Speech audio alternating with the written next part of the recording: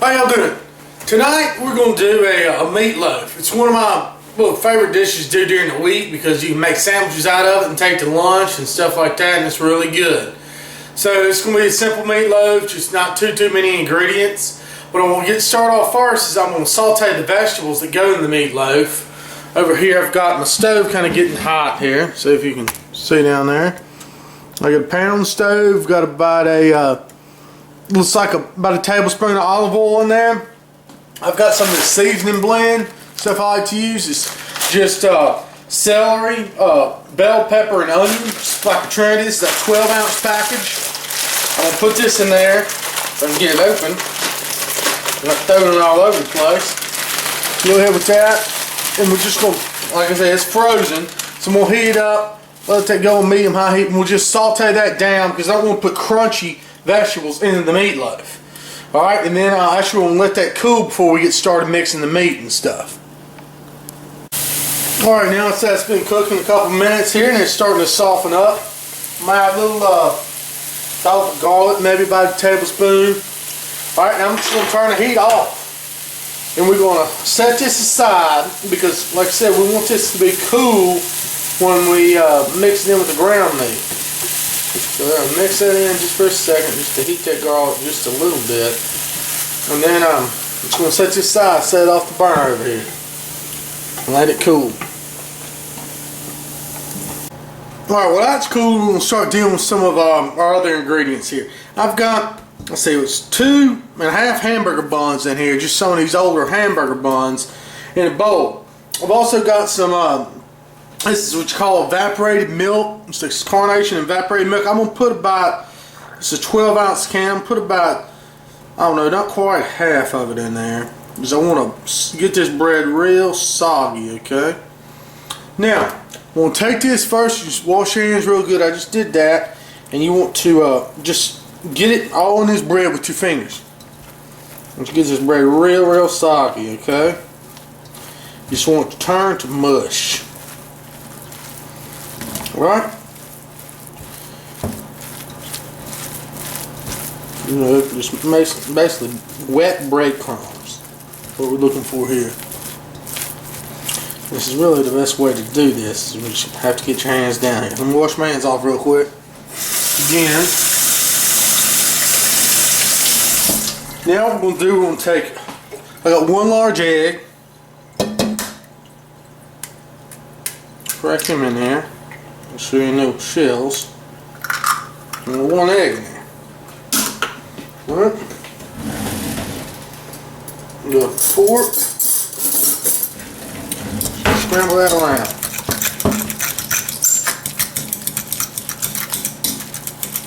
Get all that mixed up good.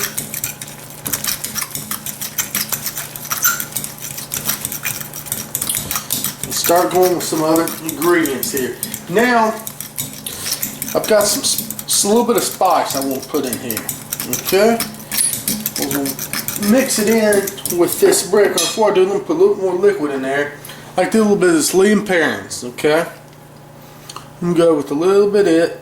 Probably, let's see. What do you say? That's about a teaspoon. Probably about a tablespoon there. Alright, go with that.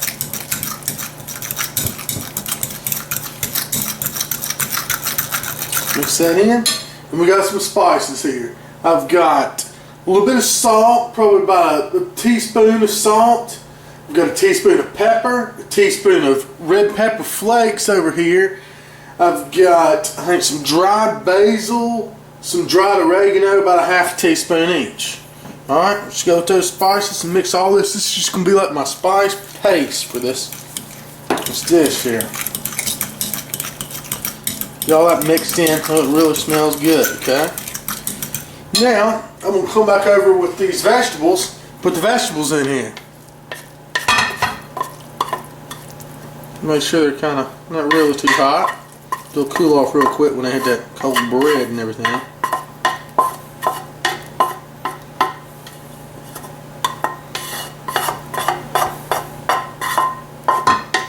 Alright. Get that mixed in. Okay. I'm just let that hang out just for a minute, and I'm gonna go get a couple of other ingredients I'm gonna put in there. Okay, now I'm gonna go with a shot of just regular mustard here. Probably about a tablespoon of it in there. You know, get some ketchup. We'll add a little bit of ketchup. Probably about a little bit more than a tablespoon of ketchup. Here's one more thing. This is really kind of a really good ingredient to use. This is a ranch, Hidden Valley Ranch. This is their ranch dressing, just powdered mix. You're supposed to mix this up and make the salad dressing, but it really makes meatloaf, or sometimes even you put in making meatballs or something like that. It gives it a little bit of flavor, a little secret I learned. So I'm gonna go ahead and put that little pack in there. Okay, it was a 10 ounce pack. No, yeah, 16. Make 16 fluid ounces dressing, so 1 ounce pack. But that's how it comes. Stir all that in there. I know it's not looking too pretty now, but it's going to get there. We just got to get everything mixed in before we get our meat. Because it can't be feeling all over these other ingredients. Alright, got everything mixed in. Now I've got a 2.31 pounds to be exact of just ground beef. You can use 80-20, you can use something like that if you want to. I just happen to get this on sale. It's fine for this dish. Like I said, it'll work just fine. Get that in there. And what I'm going to have to do again, like I said, I'm going to have to go back to my hands. So I'm going to go ahead and just massage all this in here and get everything in there. I'm going to go ahead and turn the camera off, so I won't have to touch the camera with them meaty hands. But that's what you do. Just, you know, blend everything up in here with your hands. Okay, what I've done now, after I mixed the meat up in a bowl, and I put it back in this little styrofoam thing just because it's kind of the shape that I want to get, just to mold it a bit, and just want to kind of make a loaf. Then I've got a little a cookie sheet or jelly roll pan with a cooling rack on it with a little bit of foil. And what this is going to do, I'm going to set this loaf right just where it covers this foil so it doesn't fall through, but any of this excess grease and stuff and go ahead and fall off and go on down into the pan. It's a little bit tricky to get it over here, but I believe it won't be that bad. Alright, that right there. You just flip it onto that foil. And there it is, about a perfect fit there. Like I say, it's just, the foil just comes to the edges, or the meatloaf just comes to the edges of the foil. And that's how I want it. Like I said, this is where we can drain it, but yet we won't have to deal with if it was sitting straight on the cooling rack to where the meat would want to fall through. The foil is going to hold that up. So we'll go ahead and get this pad out, get washed up, and we'll go ahead and work on our topping. Now we're going to go ahead and work on our topping. And this topping, we're going to use some of it to go ahead and put on the meatloaf right now, and some can be used for later for basting. So what we'll start out with is about a half a cup of ketchup. Okay.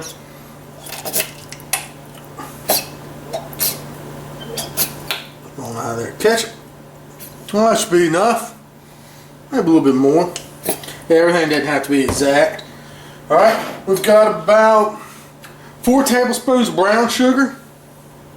A little bit of Worcestershire. Just drizzle that right over that brown sugar. There we go. Alright, some vinegar. A few tablespoons of it. Let's see if I can find my little tablespoon measure here. Well, let's see.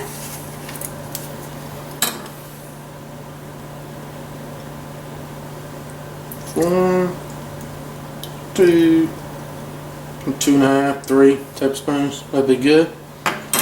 Alright. And that should be good. Because you want that nice mustardy, or not mustard, that nice ketchupy,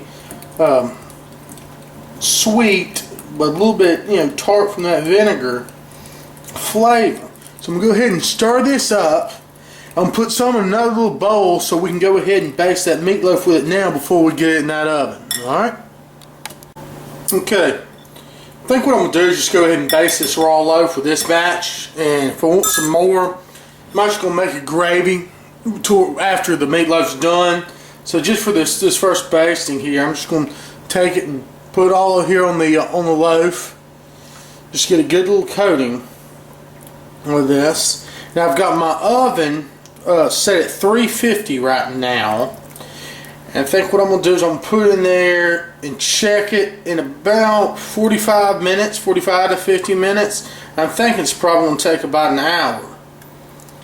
So go ahead and get this thing nice and heavily basted. A lot of this will probably come off too. But we can still go back and hit it again and make another little batch of this stuff, because this didn't look like that much basting. So go ahead and get this done. Now I'm going to go ahead and just stick it in the oven, and we'll check in about 45 minutes. Well, in the meantime, when I have meatloafs in the oven, I was thinking about what to do for some sides. So go ahead and salt me some water. Pack me up some of these Idaho potatoes, Idaho russets. I got about 4 big potatoes. I just peeled them, packed them up here. Boil these and make some mashed potatoes, because nothing goes better with meatloaf, in my opinion, than nice mashed potatoes. And you make you some of that tomato gravy there off of those that stuff, the sauce that drips off that meatloaf. Oh, it's going to be just fine. So we'll go ahead and get these mashed potatoes made up along with this meatloaf. Alright, the meatloaf's been cooking almost an hour, and it's doing just what I want it to. All that little oil is just leaking off the sides. Everything good, staying right up there on top. Okay, now we'll go ahead and make these mashed potatoes. Potatoes quit boiling. Go ahead and put some butter in there. About a half a stick. We've got some sour cream. About a cup of sour cream, 8 ounces. And a little bit of this Slap Your Mama, a little of that off in there. So we'll go ahead and smash up these mashed taters here. And that meatloaf should be out here in about 5 minutes. And we'll be ready to go. Alright, got it out of the oven. Looks perfect. Got me some mashed potatoes on the plate. Go ahead and just take me a nice little cut off of this meatloaf. I'll let it set for about 5 minutes. It looks good. See if I can get up off of here. There we go. Put it right up against some potatoes like that. You get some of this sauce. I made some extra sauce over here. Put this down on. Just a little bit of that over the potatoes. And over that meatloaf. It should be perfect. Be a really good meal. Here's what we got right there. Got mashed potatoes with that meatloaf and a little bit of that tomato gravy. Looks good.